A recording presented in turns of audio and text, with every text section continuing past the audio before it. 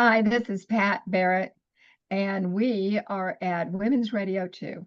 And today, once again, I have the pleasure of having as my special guest Christine Baumgartner. Christine, I'm sure many of you know, is a relationship expert. I would say an expert guru. And today we're going to talk about probably one of the most difficult things that people have to contend with. Fortunately, maybe not every day, but when we do, it seems like the most difficult thing possibly that we've ever done. And it is how to do a good job of leaving a bad relationship. How can you do that well? So I'm so happy to welcome Christine once again to Women's Radio 2.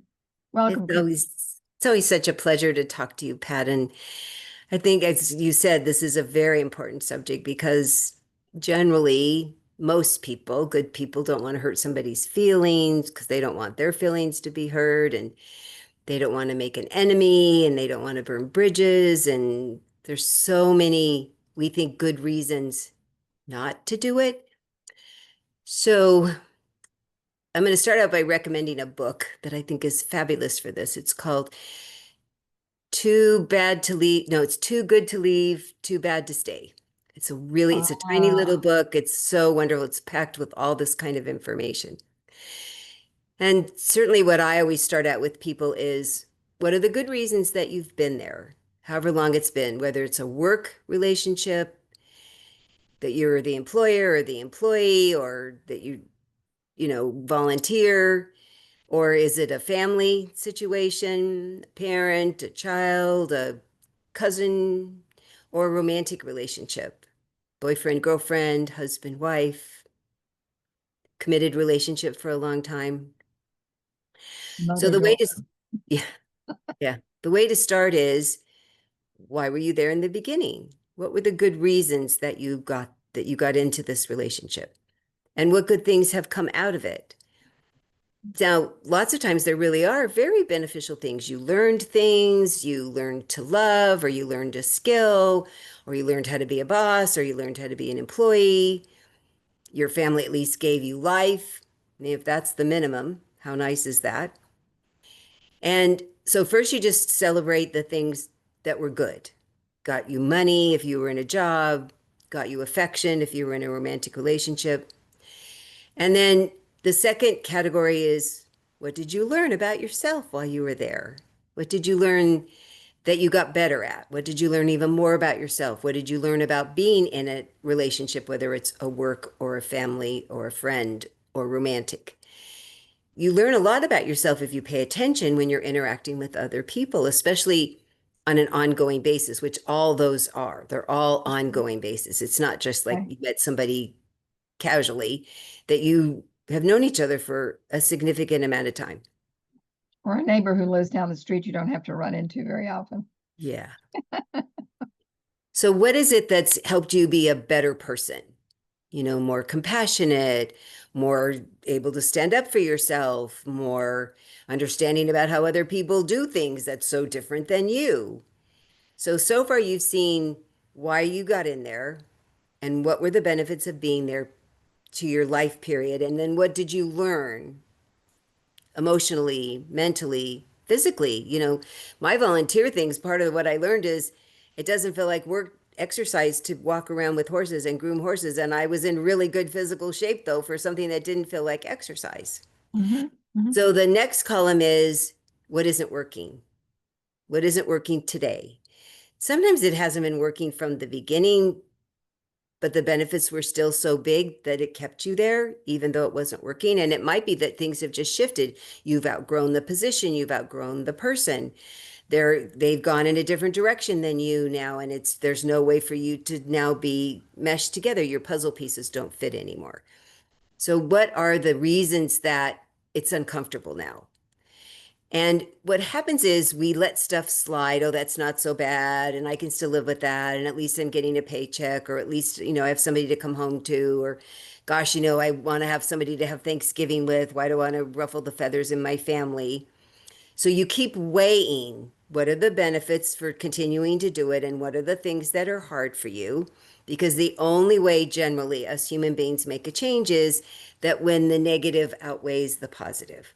And it isn't always quantity. It can be that there's way more things on the negative list, but often it could just be two things on the negative list, even though there's 12 things on the positive list, but these are really big.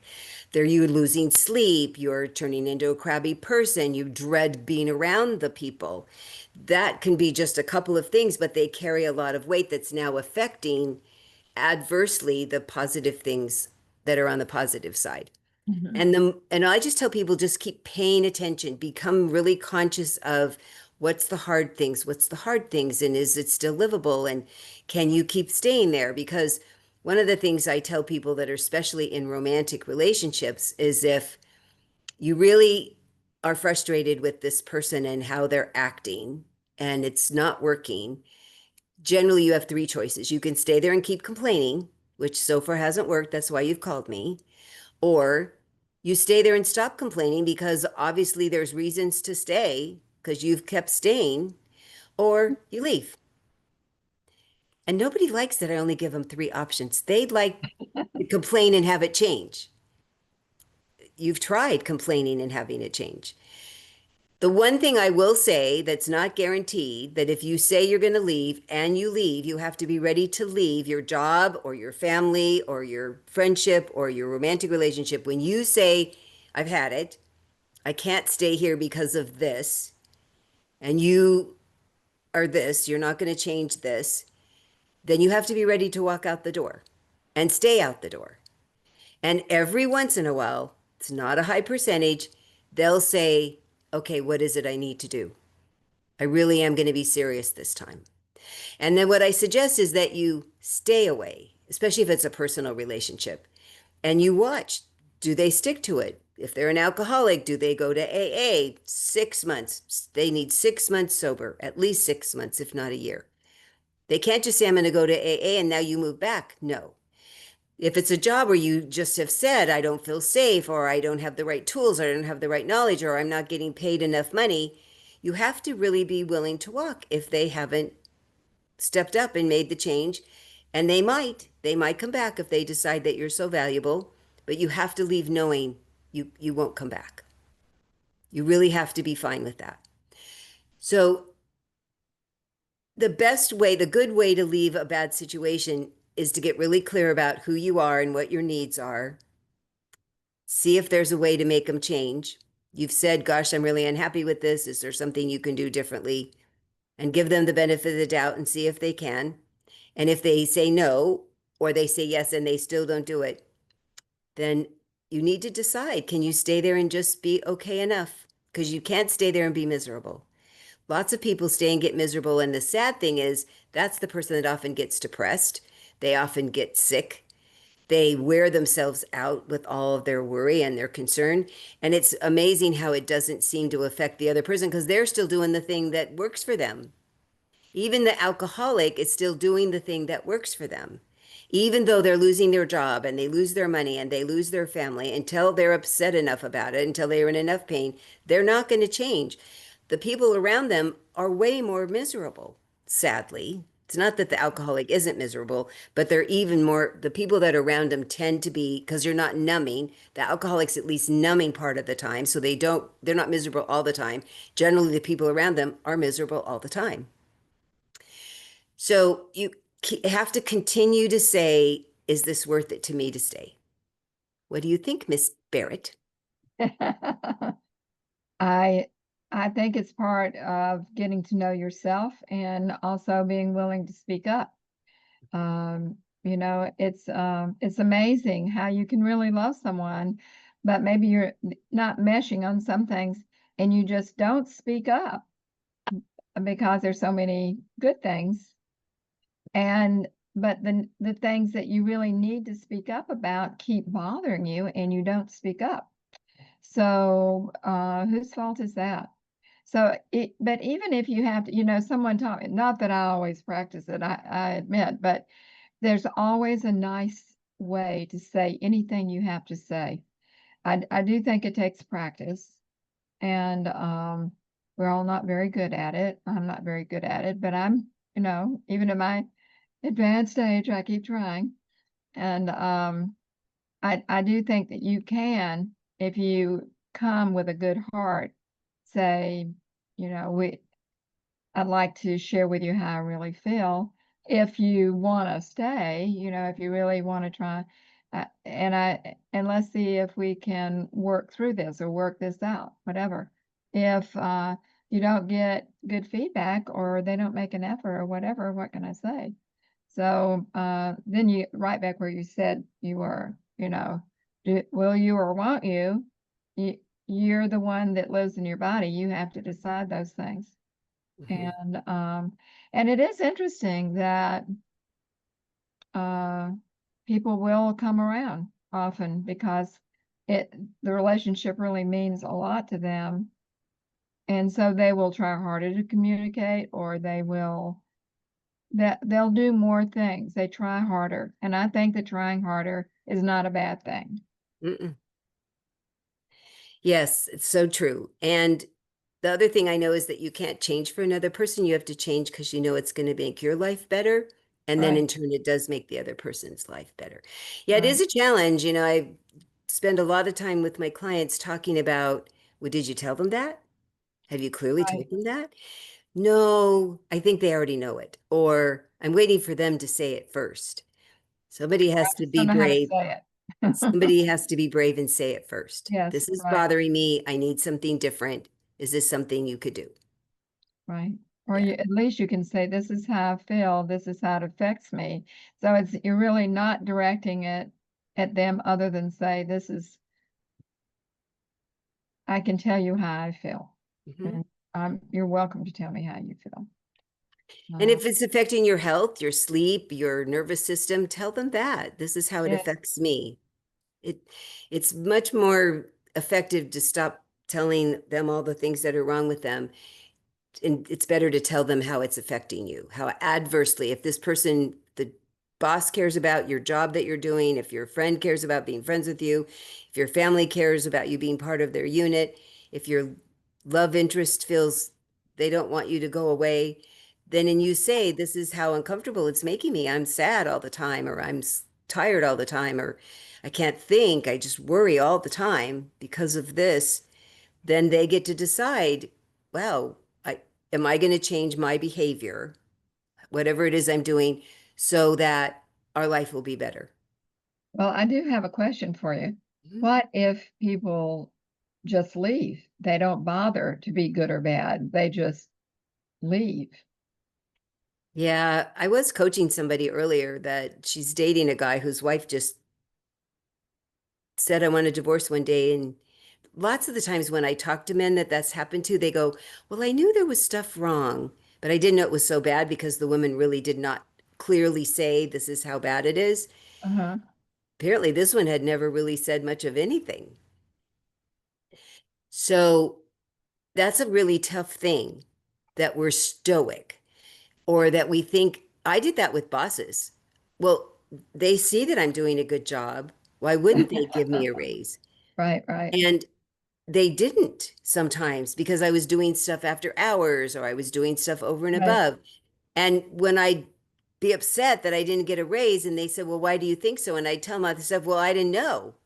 Tell me. Uh-huh. It was the first time I learned about how doing a self review.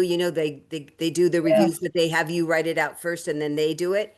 Oh, that's It was interesting. a very grown up experience for me to write down all the things that I'd done because I wasn't raised that way. So it was really important for me to learn. Women are not You're raised that way.